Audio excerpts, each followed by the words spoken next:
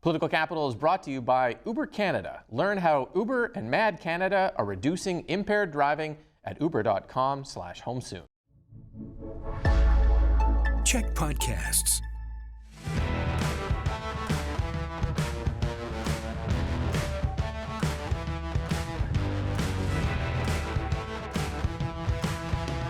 Hey everyone, and welcome to Political Capital, your source for all the latest in BC politics. I'm your host, Rob Shaw, coming to you from the CHEK News World Headquarters in Victoria. A brutal budget looming on the horizon as the legislature gets ready to start the spring session. A familiar face might be back, taking a run at the Conservative leadership he already lost, and the Premier devoting basically an entire week to the issue of the extortion crisis in Surrey. Those are the topics we're going to jump into this week, plus some audio extras on our podcast. So make sure you're subscribing to that. We'll bring in the pod squad. Jeff Ferrier, longtime New Democrat strategist, co-founder of FramePoint Public Affairs.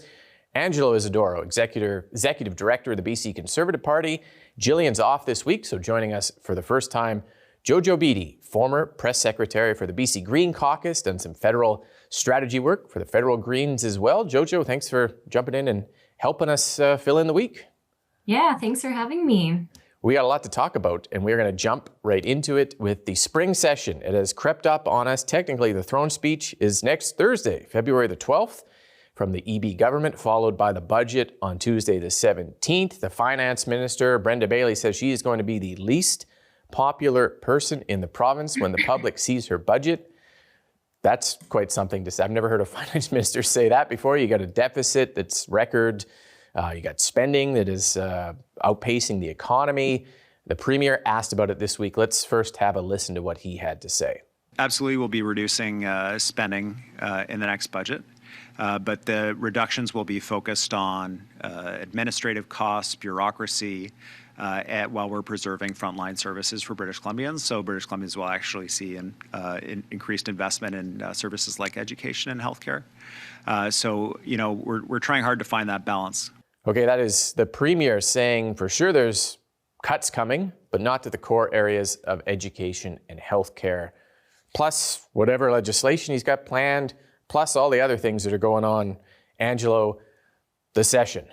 What is jumping out at you that you think is going to be kind of some of the big themes or issues there? Well, the way Brenda Bailey describes the budget is sort of how I describe my cooking when I'm inviting people over, where I sort of preempt how mediocre or bad it's going to be. I think it's going to be a very bad budget. When you look at Premier Eby, debt has essentially exploded under his watch. When he became Premier, I think we were at $89 billion. Now we're projected to be at $155 billion this fiscal year. That's an increase of 75% in 3 years. And it's not clear, and I think this is what we as conservatives are going to talk about, where has that money gone? We see money spent on experiments like decriminalization. We see money spent on hiring comedians and hiring downtown czars. It's not clear that life has gotten better in these 3 years for British Columbians, despite the budget exploding. So now, the fourth largest line item in the provincial budget is the debt servicing. In addition to that, you have, credit downgrades, and you just have life generally not getting better for the average British Columbian. So I think you're going to see conservatives, and I believe the general public, respond to this budget aggressively and point out the fact that after multiple warnings that we've issued about how money is being allocated, we're now going to see a progressive NDP government cut services and cut things that we need as British Columbians. Is your cooking that bad? It's pretty bad. Okay. All right. Well, that's a good strategy. Then you lower expectations, JoJo. You kind of come in and say, "Oh, is this going to be really bad?" Don't get your hopes up, and then whatever you deliver isn't quite as bad. But anyways, what do you think of all of this? I mean, the couch cushion era feels like a lifetime ago. 2022, when EB started his term with a surprise $5 billion surplus, and skip to today, the provincial couch is pretty hurting. So we're facing that like $11.5 billion deficit, and most likely looking for niche programs to cut. But they aren't looking to adjust tax brackets for the very wealthy big corporations. So I think we have a revenue problem, not a spending problem. And I know it's a pretty delicate balance that EB has. He has to protect frontline services while looking for programs and other layoffs, but it'll be interesting to see where those cuts come from. And the throne speech, though, I'm curious to see if it is more along the lines of Mark Carney's World Economic Forum and how that will land with the public, if so. Yeah, well, he'd be lucky if he crafts a throne speech even half as good as Mark Carney's his speech. But you're right, the revenue issue, Jeff, is one that government is trying to address with mining and various projects, but none of those are coming online right now. So he's got to table a budget pretty soon that looks like it's going to be no buenos, to use a political science term. I think that was from Stuart Prest. That was his thesis. No, hey, Angelo, I think that your cooking's got to be pretty good. And I'll point out that all those people who government are hiring are nurses and healthcare aides and doctors, attracting doctors and teachers and special education workers and childcare workers. So it's broader than that. I think it's going to be a tough budget. We're living in tough times. And folks are feeling it from an affordability, but also from a sense of there's chaos with Trump and what's happening and Ukraine and all these global factors that are having such a local impact. And yet I'm struck just politically, because this is political capital, that the government is opening the session with some resilient public support. There was a new Leger poll out that had the government 6 points up on the Conservatives, and this was a month after the Rustad implosion, so you kind of can't blame it on that. And they're also way ahead in fundraising. In the last quarter, it was 1.6 million for the NDP. The Greens did pretty well at 400,000 with Emily Lowen coming on. She's made a splash, that's for sure. The Conservatives didn't even file their paperwork. But look I've got my Super Bowl watch party for the throne speech. Everyone's excited for it. Same with the budget. It's going to be a tough one. We'll see if the NDP can maintain that resilient support or if things are going to change because of it. You might say you smell what the NDP is cooking. Is that going to carry that through? No one's going to carry that through. That's fine. It's a good time to take a commercial break. Coming up next, we're going to talk about the BC Conservative leadership race, potentially a wild new entry into that, coming up after this. I think there's plenty of opportunity to have fought this and to go forward and do this, but essentially that's saying I want a civil war. I want to have sides divided. I want to take our party and drag it through a fight. And I just look at that and I think that's not why I built this Conservative Party. That's not why I carried on and did this. All right, that was John Rustad when he was deposed as BC Conservative leader in December, saying he could have fought this, but he'd plunged the party into civil war. Well, guess who's back? Back again. In some wild news this week, Rustad, who was declared professionally incapacitated by the party, kicking the tires on maybe entering the leadership race for his old job, requesting and receiving a leadership application package from the party. He has not returned it or filed it yet. He could choose not to. He'd have to get some stuff in place before the deadline, but certainly this has got everybody talking. The idea of someone thrown out of leadership, trying to take it back in the race he was thrown out of. But super interesting. JoJo, politics is never dull in BC. What do you think of this? No, it's not.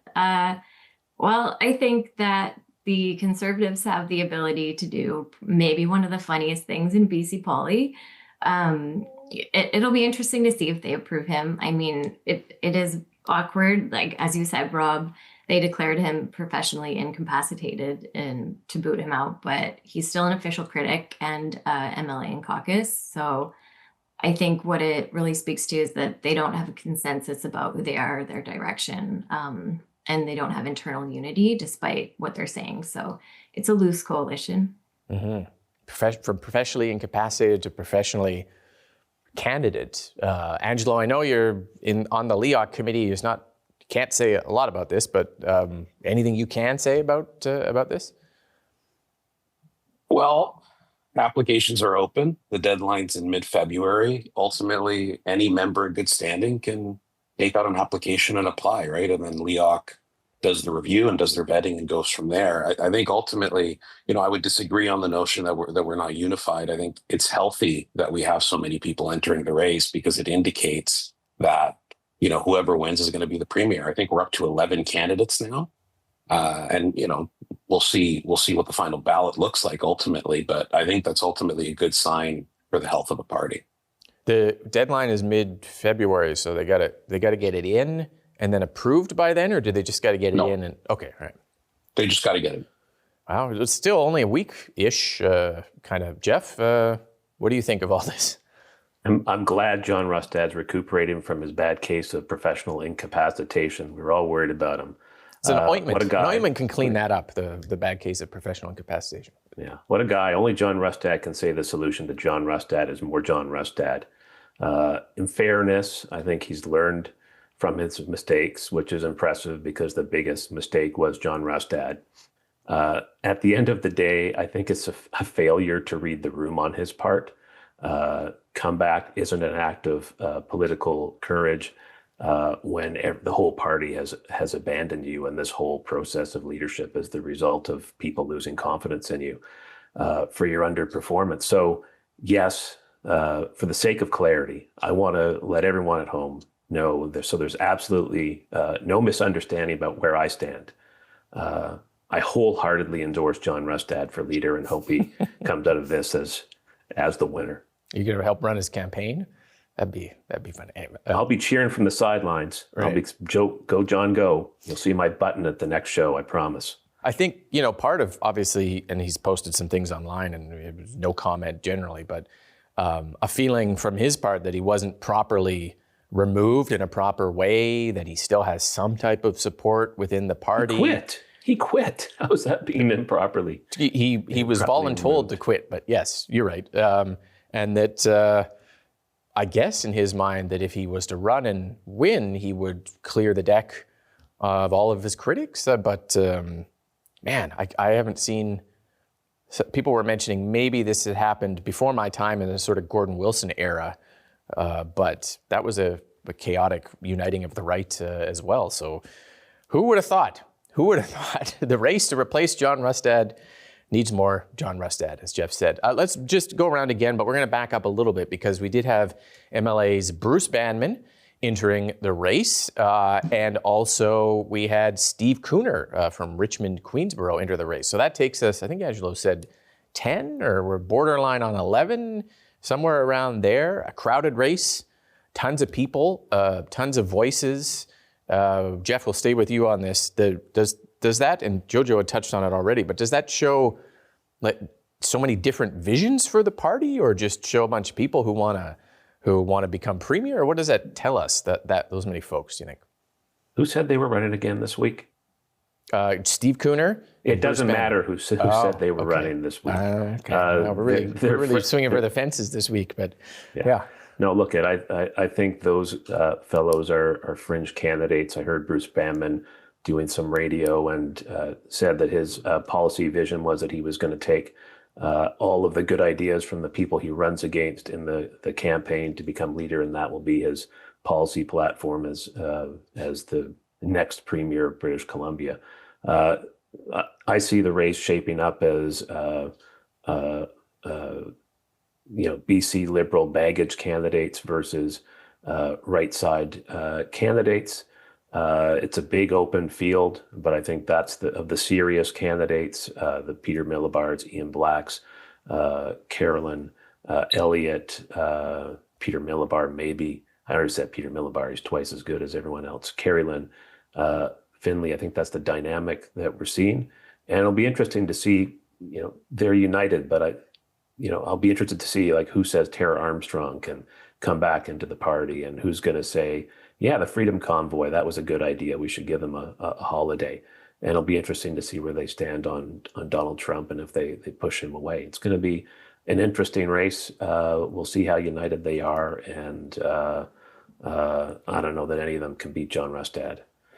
Where they all stand on the ostriches is always my question, but no one likes that except me. JoJo 11-ish, 12, maybe as many candidates in a race. You've watched leadership races. You've been part of one in the BC Greens. Like, what jumps to mind when you see such a crowded field? Yeah, I mean, with too many people, too many voices, it's hard to get your message out, get people to events. It's there's a lot of benefit, but there's a lot of challenges as well. Mm-hmm. Yeah, it is. Like if you're just crafting some sort of policy and you're throwing it out there and there's 10 other people and talking that same day, it is it's a crowded field. Angelo, we'll just close it off on you. Anything on the size of the race? It's the marketplace of ideas, guys. You want as many people as possible. And again, historically, larger leadership races tend to be more friendly because everyone has their own little corner in which they play in, right? I mean, I know the NDP likes to have very simple leadership races where they just disqualify the one person you're running against, David Eby. But in our case, that's what you do when they cheat, man. Well, cheat to win. Right, cheat to win. I don't know how they'd feel about that. But the point is, Bruce Banman joined the party really early and was very instrumental in building it. Steve Cooner is an incredibly hardworking guy. I'm very impressed with everyone so far, and I think that it's going to be a good, healthy race. And I think, again, everyone in their head is thinking, if I can win and become leader, I have a real shot at becoming premier. Yeah. That is the kind of energy we want. Okay, we'll take a second break here, and coming up, we will discuss the premier's sudden interest in the extortion crisis in Surrey right after this. The experience of people south of the Fraser of this issue is it's like a slow motion terror attack. People are afraid to leave their homes.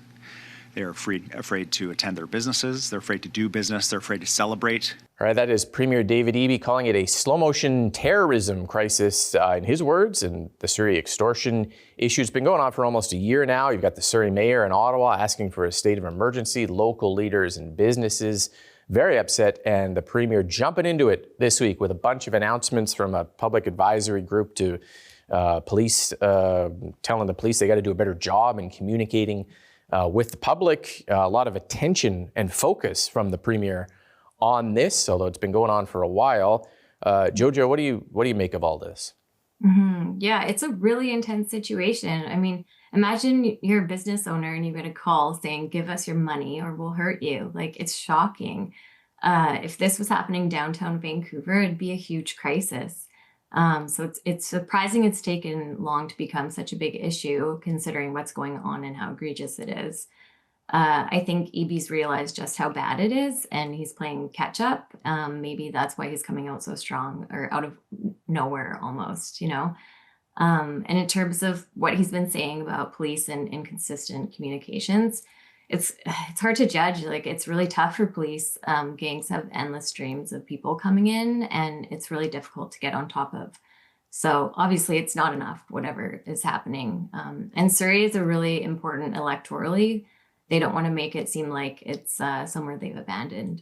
Mm-hmm. Yeah, voter-rich Surrey, that is the key to any party. And he must be getting an earful, Angelo, from Surrey MLAs and others to appear in the last week. And in fairness, he did in Ottawa talk to the Prime Minister, the RCMP commissioner, got some more officers, but this intense out of nowhere focus from the premier on this. What did you make of it? I'm noticing a pattern with this NDP government where there's an issue that is obviously a prominent issue that people are talking about, and it takes them very long to respond. And I think that's what we're seeing now with this advisory committee. Like, people have been talking about this for a year, businesses, residents. And honestly, what it really took was the mayor and the city of Surrey to go to Ottawa and also make an impact on getting the NDP to get involved. When we look at what's going on, advisory committees are not going to fix the problem. Studying the problem is not going to fix the problem. It's not going to stop spray bullets from going through your window. What we need is a really integrated process, and what we need is the premier to come out and say that these individuals should be arrested, and if they're foreign nationals, they should be deported. Yeah, he has sort of said that, I guess, Jeff, but his messaging was very strong this week. I mean, he was talking about the police not communicating, being kind of disappointed, and their representation of what was happening to the public and a lack of kind of coordination with the Surrey police force and the RCMP. What did you think of what he was saying? Well, the last segment was lighthearted at points, but there's nothing lighthearted about what's happening in Surrey, as JoJo and Angelo point out. This is clearly the number one public safety issue facing the province. I think the Premier was smart to take this on personally this week. If you feel it's too late or the right time, doesn't really matter. He has worked to get more police resources and helicopters into the region to help police do their jobs. He spent this week working the file, meeting with police, meeting with community leaders, treating it like the public safety crisis that it is. I know people want immediate action. I do too. I think everyone in Surrey does, particularly those who are targets. I think it's important to note that arrests don't happen because a Premier snaps his fingers. He has to provide the resources, and we can judge whether he's provided enough resources or not. I think folks in Surrey would say that he hasn't and that he needs to do more. I think this week was an acknowledgement of that. Let's remember, police investigate, they gather the evidence, then they move. And in this case, this week of 3 people who were arrested for being involved in this, the Premier was very strong, very clear that, as Angelo said, that they should be called out for their crime and they should be deported. And that's exactly what the Premier said that we ought to do this week. Mm-hmm. And he did also have a call federally to MPs to pass that bail reform legislation and get moving on the issue of people who are facing charges and for extortion-related crimes being able to claim refugee status, which he called outrageous. So there's a bit of an aspect for federal politicians to kind of take some action there as well. But okay, out of time. Well, it's a busy week. But make sure, if you're watching us on the YouTubings or on the Googletron or the FaceTubes or wherever you're watching, subscribe to our audio podcast, because we got more that we are discussing this week, and we'll get into some other topics there. Thank you to the panel for being here. Thank you, JoJo, for filling in this week, and thank you for watching. We'll be back next week with all the latest in BC politics here on Political Capital. Political Capital is brought to you by Uber Canada. Learn how Uber and Mad Canada are reducing impaired driving at uber.com/homesoon.